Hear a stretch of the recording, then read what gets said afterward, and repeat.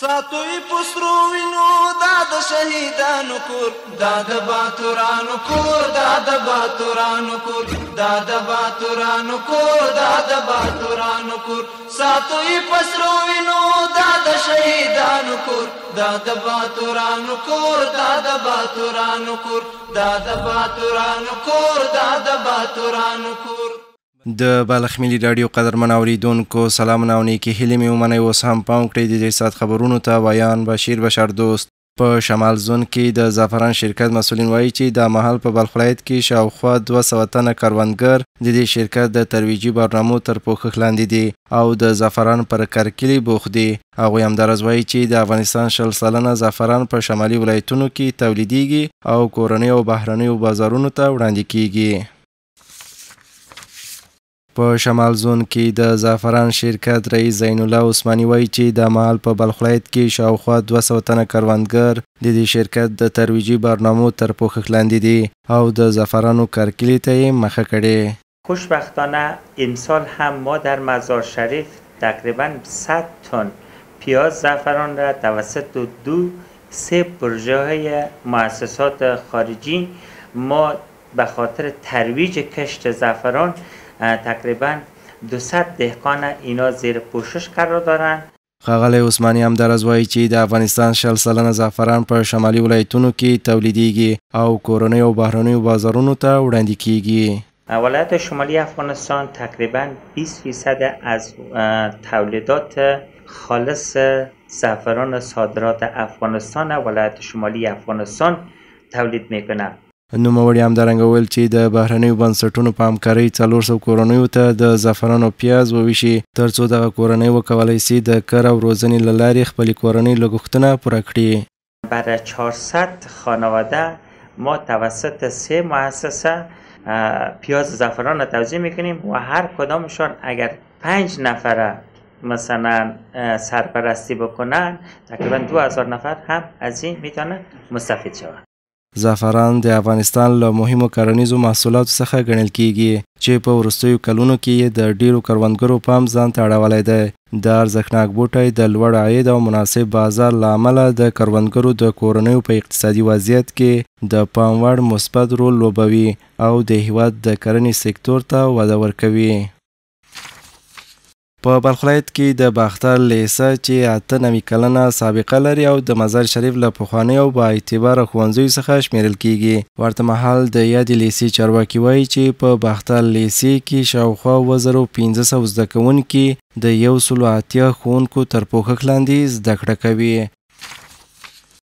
د بلخ ولایت په باختر لیسې کې شاوخوا 1500 زده کوونکي د 180 ښوونکو تر پوښښ لاندې زده کړه کوي. د باختر لیسې امیر بریالی محمد وایي چې په تیرو 4 کلونو کې د ښوونځي اړتیاو ته جدي پاملرنه شوې او زیات شمیر ستونزې حل شوي دي. که ما تقریبا به چوکی ضرورت داشتیم، چوکی ها را آماده ساختیم، کتب مطالعه ضرورت داشتیم که تقریبا بیشتر از 800 جلد کتب با همکاری و سعی تلاش شورای مکتب به اختیار کتابخانه گذاشتیم. تقریبا بیشتر از 5 مدل بیولوژی و تعدادی از مواد کیمیاوی لابراتواری که البته به دسترس شاگردان قرار نداشت یا اگر داشت تک به مصرف رسیده بودن ما تانستیم که این مواد را هم به زودترین فرصت آماده بسازیم و به اختیار شاگردای خود قرار بدیم. ښاغلی محمد همداراز وایي چې د اسلامي امارت د 4 کلونو په موده کې موږ د صنفونو تجهیز د زده کوونکو لپاره د څوکیو، کتابونو او د لابراتوار وسایلو برابرولو ته جدي پاملرنه کړې او همدارنګه له 40 زیات ښوونکي مو د ظرفیت لوړولو په پروګرامونو کې ګډون درلود چې دا چاره د تدریس په کیفیت کې مستقیم اغیز لري. پالیسی امارت اسلامی افغانستان در بخش معارف و بلند بردن سطح ارتقای معلمان تلاش های بدریغی را کشیدن و انشالله تلاش ها در جریان هستند. تلاش ها کشیده میشه تا اینکه ما بتانیم معلمین را تحت آموزش ورکشاپ ها و سمینارها بگیریم. در سال جاری تقریبا به تعداد بیشتر از 40 معلم ما در سمینارهای مختلف اینها استقامت دهی شدن، برای از یا زمینه مساعد شد. یک تعداد معلمین ما از طریق انکشاف مسلکی معلمان در سمینار توظیف شدن، یک تعدادش از طریق مدیریت محترم ساینس ما معلمین ساینس در سمینارها معرفی شدن. په ورته وخت کې د لیسې یو ښوونکی اسیب الله خرم د اسلامي امارت او د پوهنې ریاست له لوري د اخیستل شویو اقداماتو او همکاریو څخه ستاینه کوي او د ځوانانو د غوره ښوونې او روزنې په برخه کې پوره ډاډ څرګند کړ. که برای هموطنان خود، برای همشهریان مزار شریف برای اطمینان میدیم که انشاءالله ما به عنوان عسکر معارف خدمتگزار هستیم و تا حد توان خود انشاءالله که در این بخش خدمت رسانی خود کردیم. باختر لیسه د هیواد په شمال کې له پخوانیو معتبر او تاریخي ښوونیز بنسټونو څخه ګڼل کیږي چې شاوخوا 98 کاله وړاندې په مزار شریف ښار کې تاسیس شوې ده. له هغه مهاله را په دې خوا د ښوونځي د بلخ ولایت د بېلابېلو نسلونو د ښوونې او روزنې په برخه کې مهم رول ادا کړی دی.